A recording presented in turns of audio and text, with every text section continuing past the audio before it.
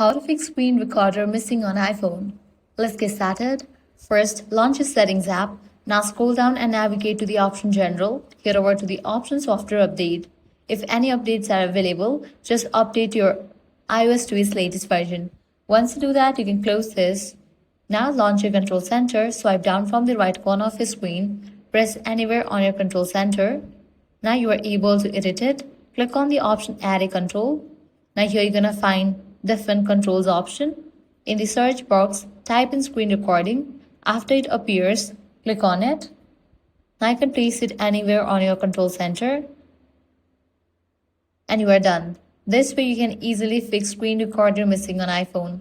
Now to use it, you can click on it and countdown will start and you'll be able to record your iPhone screen. And that's it. If this guide helped you out, do not forget to like, share and subscribe. Thanks for watching.